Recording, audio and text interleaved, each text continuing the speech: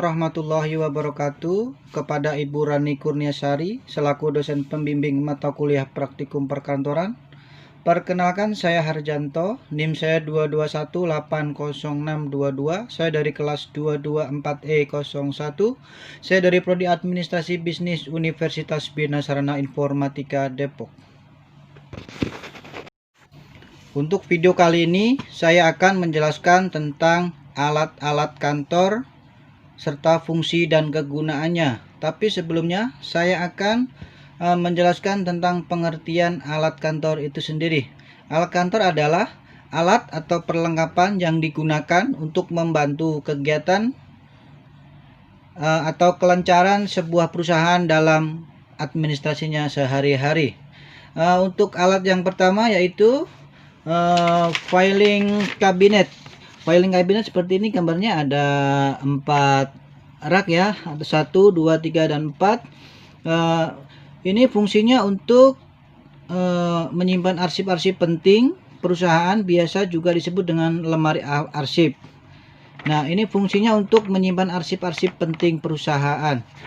Untuk alat yang kedua yaitu perforator. Perforator ini berfungsi untuk membuat lubang pada kertas atau dokumen.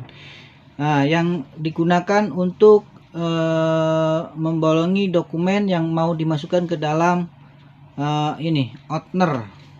Perforator ada yang terdiri dari 1, 2, dan 5 pelubang yang memiliki fungsinya masing-masing. Untuk alat yang ketiga, mesin penghitung uang atau money counter adalah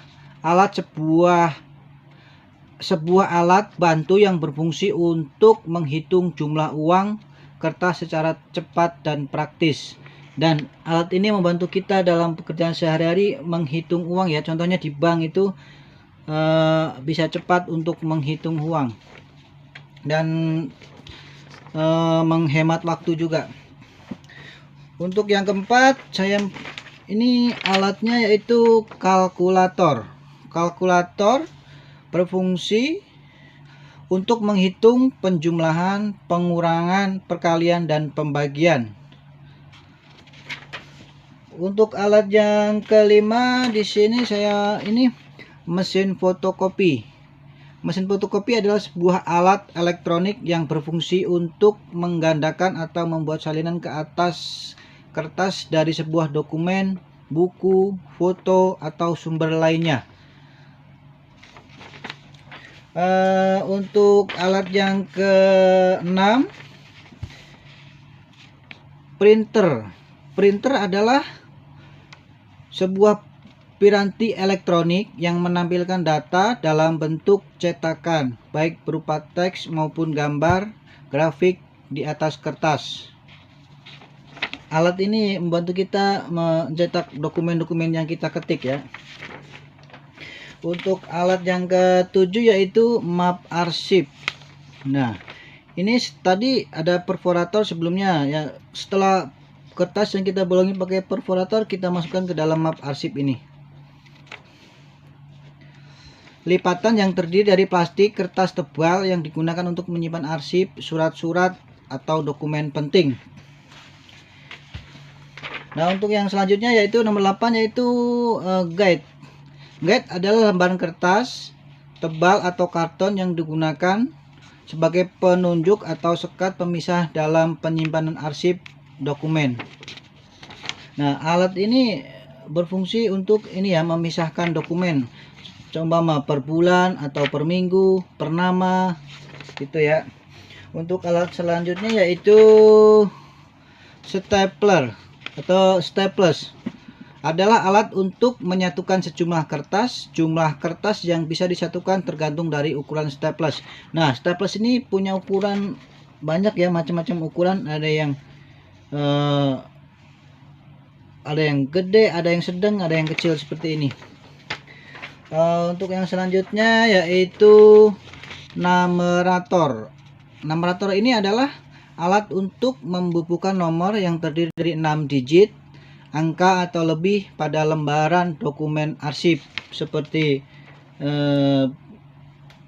nomor dokumen, terus tanggal dan lain-lainnya. Untuk yang selanjutnya yaitu flash disk, atau kita bisa sebut juga dengan USB. Flash disk adalah sebuah media penyimpanan data portable yang dihubungkan port USB yang mampu menyimpan berbagai format data dan memiliki kapasitas penyimpanan yang cukup besar. Ini ada macam-macam ukurannya ya, ada 2 GB, 4 GB, 8 GB, dan 16 GB, 32 GB, dan 64 GB. Untuk alat yang selanjutnya yaitu mesin penghancur kertas.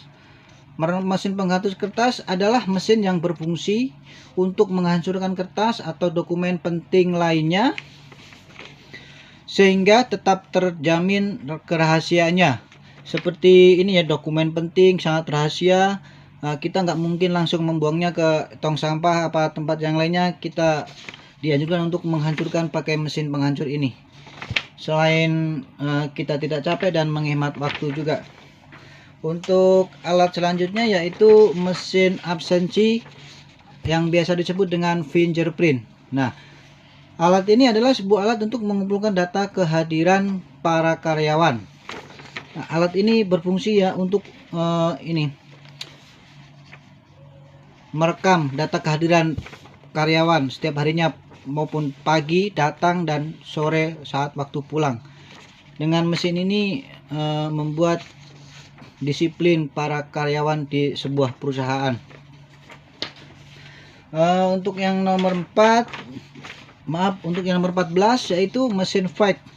Mesin fax adalah alat komunikasi yang digunakan untuk menyalin dan mengirimkan dokumen seperti aslinya dengan menggunakan jaringan telepon menuju mesin fax penerima yang kemudian bisa dicetak secara tertulis. Nah, mesin ini ya mengirim data asli dari perusahaan ke perusahaan lain yang menerima dengan juga berbentuk seperti aslinya.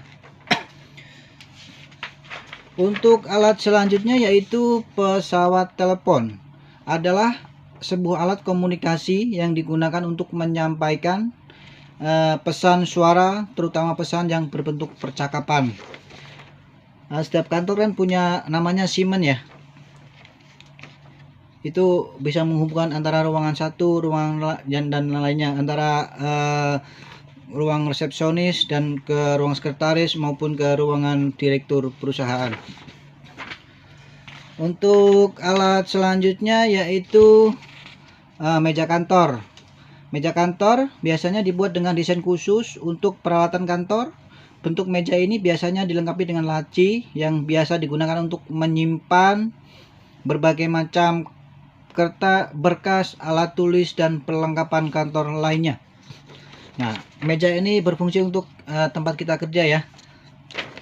Untuk alat selanjutnya yaitu kursi kantor. Perlu dibuat dengan desain khusus untuk perkantoran yang mana ditujukan untuk ketika kenyamanan bekerja. Ketinggian kursi kantor biasanya bisa diatur, lalu juga ditambah sandaran dan tambahan dari bahan busa. Nah, fungsi roda ini bisa fleksibel ya, bisa kemana-mana gitu, gak capek juga. Untuk alat selanjutnya itu komputer. Komputer adalah rangkaian peralatan elektronik yang dapat melakukan pekerjaan berdasarkan dengan program yang diberikan. Di perkantoran, alat ini bisa digunakan untuk mengelola dan menyimpan berkas, lalu bisa menampilkannya di monitor dan bisa juga di print. Untuk alat selanjutnya yaitu scanner.